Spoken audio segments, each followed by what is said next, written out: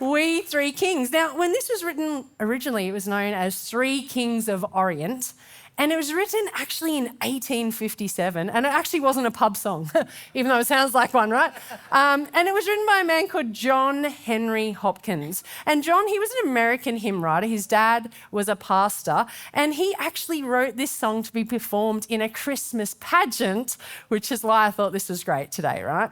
And he had written this for the very first Christmas pageant in the United States of America, and it was performed in New York City.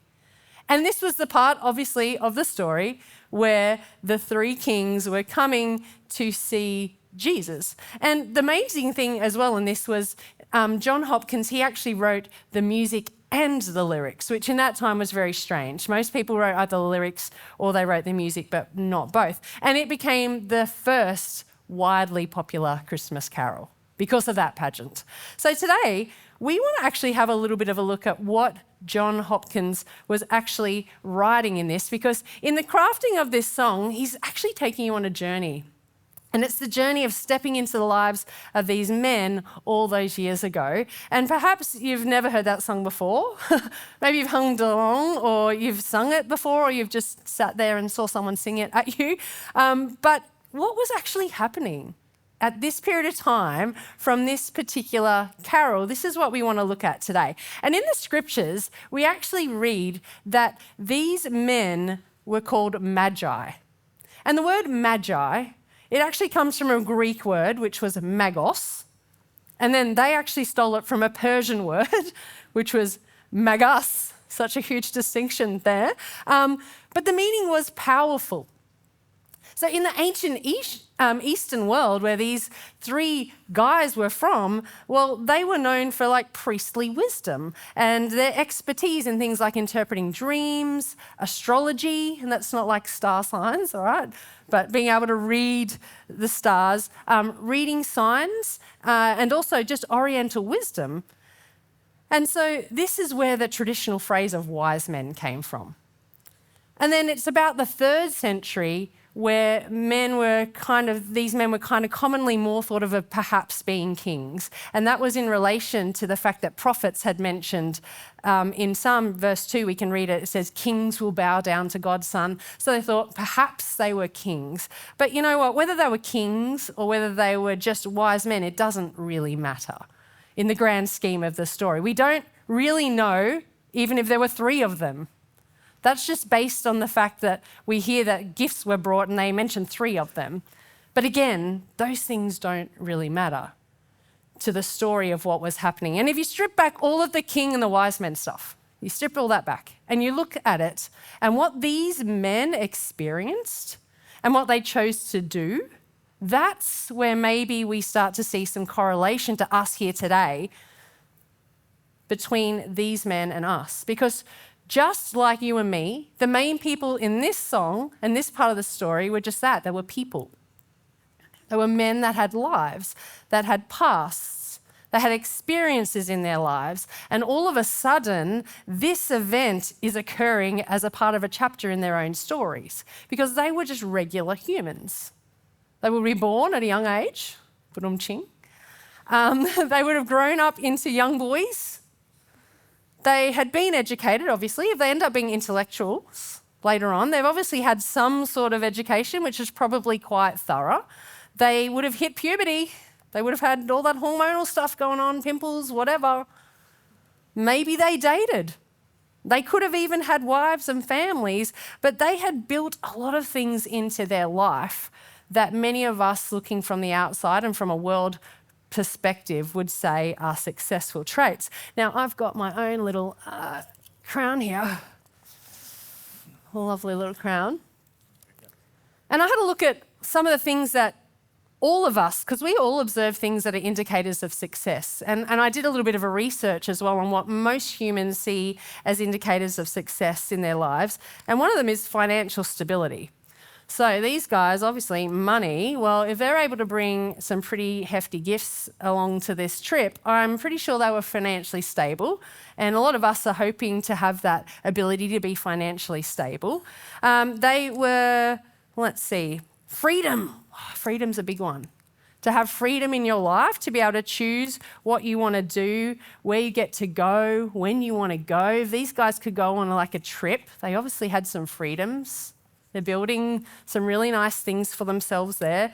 Meaning and purpose is a huge one for people. If you feel like in your life you've got some meaning and you've got some purpose in your life, you can add that to a success. Like, I figured that out. That's quite a successful thing for me. What about community? Having a community where you get to be with like-minded people or people that at least you can get along with well, that care about you. Like, these guys had a community. They were the Wise Men Club. But they had community. So when we look at it, their resume was something to actually be pretty proud of, I would say. They built a great life for themselves over time, and throughout our own lives. That is what we are doing. We're striving. We're trying to build our own resumes of things that are successful in our lives. And we don't know all the details of the Magi, but these people, I would believe, had reached a pretty amazing pinnacle of their life. They were known as being wise men, Magi, powerful, maybe even kings. But then in this part of their life, something phenomenal was actually happening. And in the opening lyrics of this song, it says, "We three kings of Orient are, bearing gifts we traverse afar, field and fountain, moor and mountain, following yonder star.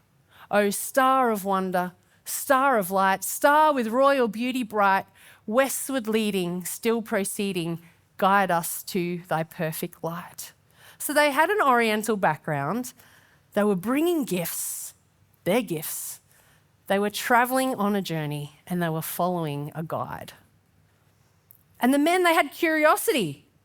They had a curiosity about a Messiah that they had probably heard about. They're not going to go on a trip if they hadn't heard at least something about him. And the Magi were even so curious that they chose to halt the things that were going on in their lives, to search for the somewhat unknown of what may lie at the end of this star. And so they start on this journey. And today we're going to read from the scriptures. Matthew actually recorded this down. Matthew was great with details as well. And Matthew wrote in the book of Matthew, great name, chapter 2. This is what we read of the recount of what happened. Jesus was born in Bethlehem in Judea during the reign of King Herod. And about that time, some wise men from eastern lands arrived in Jerusalem asking, "Where is the newborn King of the Jews? We saw his star as it rose, and we've come to worship him."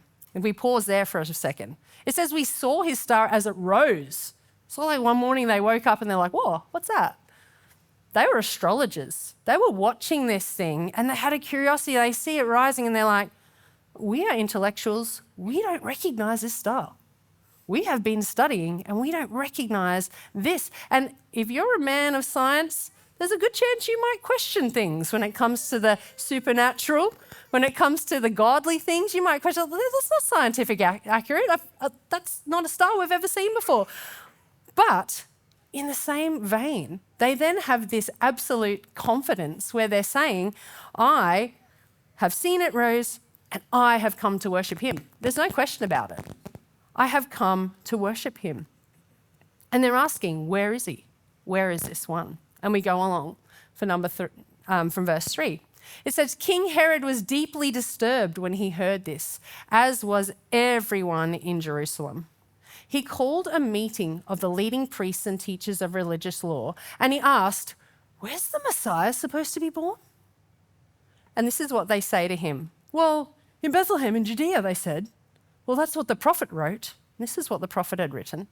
"And you, O Bethlehem in the land of Judah, you are not least among the ruling cities of Judah, for a ruler will come from you who will be the shepherd for my people Israel." So way back in the day, Micah, he had actually written as a prophet about the fact that this king was going to be born in Bethlehem. And Herod goes into fact-checking status. What? Where did they say it was going to be? In Bethlehem. Oh, crud. That's what they said. They said it's going to be this Messiah. But I'm the king. This is not good for me. And then we continue on. Then Herod called for a private meeting with the wise men, and he learned from them the time when the star first appeared. Is this one on? Hello? Yep, is it good?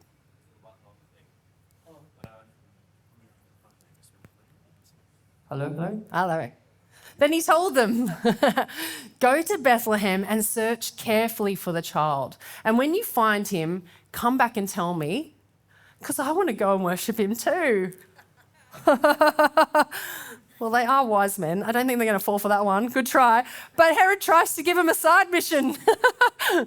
I know what you're trying to do, guys. Yeah, when you find him, just come right back. Let me know. I've got this all sorted, you know.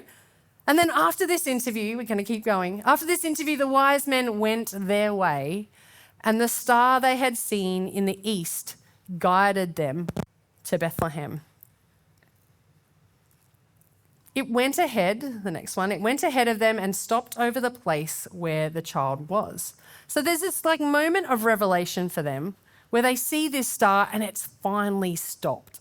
They've been traveling and following it for so long. It's finally stopped above the house, and the anticipation would have been pretty huge by this point, and this is where we see the last part. When they saw the star, they were filled with joy. They entered the house, and they saw the child with his mother Mary, and they bowed down and worshipped him. Then they opened their treasure chests and gave him gifts of gold, frankincense, and myrrh. Now, there was a lot. That's the whole story, apart from the last little bit where they didn't go back to Herod. Got him. But imagine the moment leading up to that, all those little moments that they had. They had been going through a lot of things to be able to reach this point of this journey. Like the first time, okay, we've been looking at this star. It's been rising for a while. It's different, isn't it? That's definitely different, isn't it? Yeah, that's definitely different. Okay. Well, we all know what we need to do.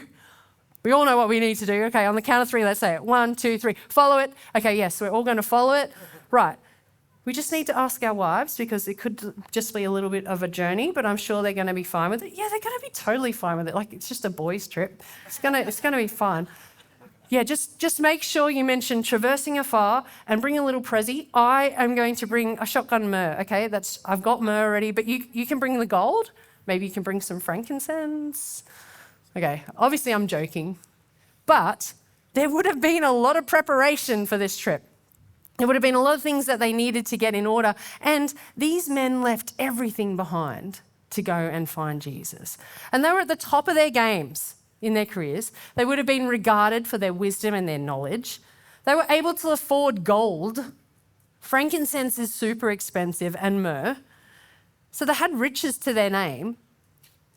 Perhaps they left their whole families behind. They had status they had used for years and years to build themselves up to this place, and they were big deals in their country, and they left it all behind.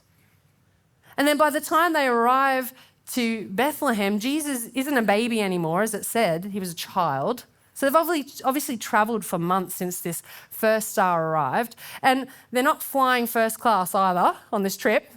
It would have been fairly rough. And Jesus isn't at home. And now he's a little bit older, and they see this child and they bow down to worship him. And bowing is one of the greatest signs of humility, when you lower yourself before somebody else. Like, I'm so humbled before you. And you can think about it. They're like, we've had this huge journey, and this is the thing we have been searching for. It's here. The Messiah we have been searching for is actually here. And grown men are bowing down to a toddler. And that is not normal in the regular world. They were wise men, and their journey did not seem wise to a lot of people, I'm sure. But it was real. And so they've done this huge trip, and their first response is to humble themselves and show gratitude and give all that they had to this child. Gold I bring to crown him again. Gold. That was for royalty, because they recognized this is the true king of the world. I'm bringing gold. frankincense to offer have I. Now, this was a perfume that was always used for priests, for priestly things, and to be shown towards things that were like the creator and a supreme being, the deity. I'm bringing this because we know that you are a supreme being. You are the deity. You are the God that we have been waiting for. Myrrh is mine, its bitter perfume breathes the life of gathering gloom. And then that verse says, sorrowing, sighing, bleeding, dying, sealed in the stone-cold tomb. So obviously the author of the song knows what was going to happen. But these three kings, they then bring this myrrh, which was for embalmment when people go to death. So even though he was still alive and he was a child, they had an inkling that this is the one that's going to die for us. And they worshipped him with their gifts. But also in the fact that they worshipped him with their gifts, they also risked everything for that particular journey, and they gave it all. They surrendered everything. And every single step that they took towards leaving their own place, they left more of themselves behind. All those things that they have built for themselves. The hard days, even more of a sacrifice was required. The further away from home, the more of their title they were getting rid of.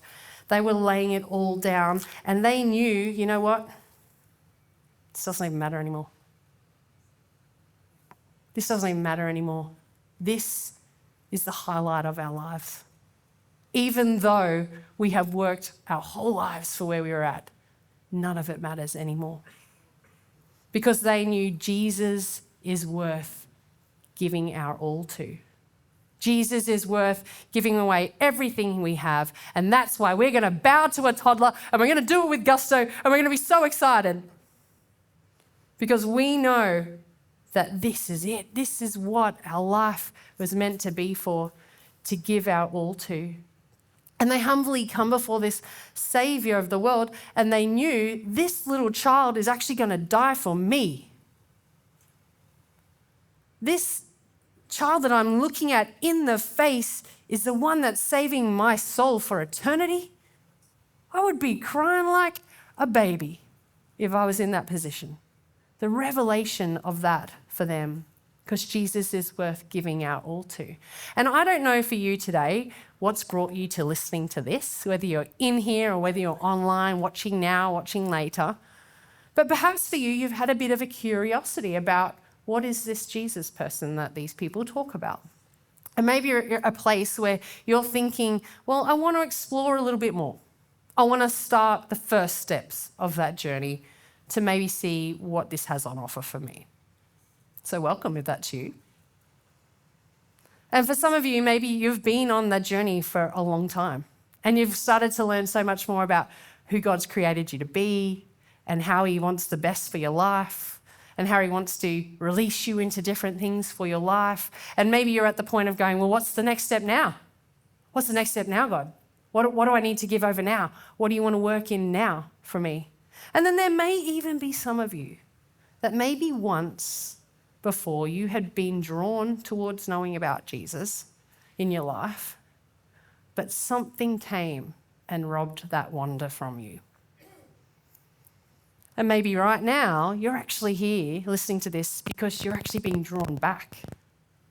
You're being drawn back to him for maybe a fresh revelation. Star of wonder, star of light, star with royal beauty bright, westward leading, still proceeding, guide us to thy perfect light. Jesus is the star. If you take out the word star, you can pop Jesus' name in there. Jesus of wonder, Jesus of light, Jesus with royal beauty bright. He's leading you, he's proceeding to take you places, and he's guiding you to his light. That's what this song is about. And the thing that the Magi would never have found Jesus, so they would never have found him if they hadn't taken those first steps from their curiosity. If they had seen that star and they felt the pull to the wonder and the majesty of its light, but they decided, No, that just seems like a little bit hard. Don't really want to do that. Oh, how long is that going to take to get to that final destination? Like, we don't even know where the ending is. But what are all these friends and colleagues going to think of us? Like, we're supposed to be the wise men. What are we doing? Well, what am I going to have to leave behind? There's a lot of stuff I'm going to have to leave behind to do this. What about this one? Well, you know what? My life's just a little bit too important to be interrupted with that. I'm a king. Actually, they didn't respond that way. They didn't actually respond that way. Imagine what they would have missed out if they had responded that way and hadn't gone. Instead, they were like, well, we're going to lay down all that stuff which is just of us. And we're going to come and we're going to bow before the true king. And they let all of the experiences go that they'd had before to experience a new life. And we look at those questions again and we think, well, no, that's too hard. Maybe these are questions you've asked yourself about the whole journey of getting to know a little bit more about God and Jesus. And you might be thinking, well, no, that's too hard. Well, my question is life already easy for you, is it? Can you please tell me your secrets? How long will it take to get to the final destination? Well, I've got some really great news because Jesus has already paid it all. He's already had the final destination planned for you. You just have to seek him. You just have to seek him. The final destination's sorted. You don't have to even worry about the final destination. Oh, but what will our friends and colleagues think of us? Well, which of your friends and colleagues actually need to hear this? And I would say all of them. If we stop ourselves from exploring something because we're worried about what someone else thinks, well, what if that person never hears about it because you didn't take the step? What will I have to leave behind? Well, what will you get to gain? What are you going to get to gain from being free from those things and stepping into a journey with him? And oh, my life is too important to be interrupted with this. Well, I'm going to tell you right now, your life is actually too valuable to stay the way that it is. And I know that for a fact because that baby of Jesus that turned into a man, that ended up going to the cross and he died so that we could have a relationship with God, which would give us a way to have this amazing eternal life with him. If you weren't valuable, that never would have happened. This whole story would never have happened. And I love Paul wrote this, and Paul was a Christian killer that turned into a Christ follower and one of the greatest Christ followers we've seen. And he wrote in Philippians 3:8 to the Philippian people there, he wrote, yes, everything else is worthless when compared with the infinite value of knowing Jesus Christ, my Lord. Everything else is worthless. The crown's gone. Everything else doesn't matter. For his sake, I have discarded everything else, counting it all as garbage so that I can gain Christ. And that's exactly what happened with these wise men. And we're all like the Magi. We're all in the search for something greater. And he invites us all to walk with him. And that invitation never dates. It is good. It's an invitation for all time. There's no like, you have to respond by this time or that's it. Amen. It's good for all time, but it is us that need to accept it. And there may be things in your life that you need to surrender. Some of these little jewels in your life that you've been working towards. That you might need to surrender those and go, you know what, I've been working really hard towards that, but maybe that's been more me than what maybe God's got planned for me. I might just have to, not ditch it completely, but maybe I've got to just check and see, do I need to surrender that? And it's not a one-time laying down of our crown and going, oh, that's great. Because the jewels, they come back very quickly in our own lives. But it's about you bringing your gifts to him. Your gifts that you have and bringing that to him, because Jesus is worth giving our all to. And when they started off, these men didn't know what the journey would look like, and they just took it day by day. They were traveling, following the star, letting the light guide them. But I also believe that God prepared them the whole way along. He would have prepared them through the journey, however long it was, so that when they finally got to their house, they could receive the king exactly the way they were intended to. All the stuff had been started to be worked on. So by the time they came, they were in that place to be able to say, yeah, I will accept this. I will accept this as truth. I will accept this for me. And so we're going to finish off now, but I have a few things for you to think about. What is it for you specifically today? Are there things that you know in your life, well, I probably need to just completely leave that behind? Parts of my old life that I feel like don't fit into maybe what my new life with God is looking like. And stepping forward and humbly saying, I'm going to do something about that. I'm going to put that to the side. And then what are the things you actually feel drawn to bring as a gift to God? And say, all right, use this. I don't know what you're going to do with it, but use it. Do something with it. I'm here to give it over to you. Let's see what you want to do. Maybe some of you are at that stage today. But I'm here to say that Jeezy's, that's what I like to call him. Me and Jeezy, we're tight.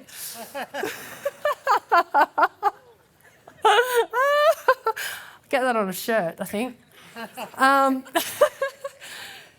Jesus, he's worthy of it all. He's worthy of it all. And I've experienced this in my life. In my life, as I've continued to give things away, and then I get extra things. I'm like, woo, look at me, look what I've done. Yeah. And I realize, oh, hang on. I need to humbly bring that back. All right, what do you want to use with this now? It's a journey that continues on. But I also want to leave you with this, that remembering that you are actually worthy enough, that this plan of redemption was made for you. So when you think about Christmas and we think about this song of the kings, these kings were from the Oriental lands. They weren't the Jewish people. And they came and said, we want to come and worship the King of the Jews, the newborn King of the Jews. But it was actually God saying, well, yeah, in the past, I was really for Israel and the Jewish people, but now I'm for everybody. And that's why I picked you. I didn't pick Jews to come to worship me for the first time.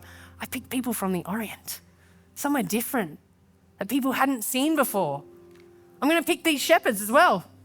They stink and no one really likes them. I'm going to pick them as well to come and worship Jesus for the first time, because I have now created a plan for all to come to me, for all to be worthy, for all to have the gifts to bring, for all to be used. And that is the beauty of the Christmas story. And at the end of this song, have we got the last lyrics for that song? It says, glorious now, behold him arise, King and God and sacrifice. Alleluia, alleluia, sounds through the earth and skies. How beautiful the way he finished that song. He didn't stay dead when he died. Glorious now, behold him arise. And he did it for you, and he did it for me. And today, I've asked the band just to sing this song. You all know it, Worthy of It All. Because he truly is worthy of all the gifts that we have to bring him. And the greatest gift of that being your life and your heart. And I'm just going to pray quickly before they sing. And I pray that this Christmas, and every time you see the three kings again, you maybe think a little differently about this story. Father, we just thank you that you did bring your son for us. And at this Christmas, in the middle of all the mess and all of the busyness and all of the things that make it sometimes a little bit of a nightmare season, we know that this is a remembrance of what it is that you've done for us. And that Jesus, you didn't stay as that toddler. You grew to be a man, and you did something phenomenal for us, that we can come into community with you, that we can come and be with you, and that you love us so much that you look down upon us and you say, you know what? Even without a crown, you're the best to me. So Father, just today as we continue, we ask your Spirit to speak to us and just guide us to see what is our next step in response to your Messiah. Amen.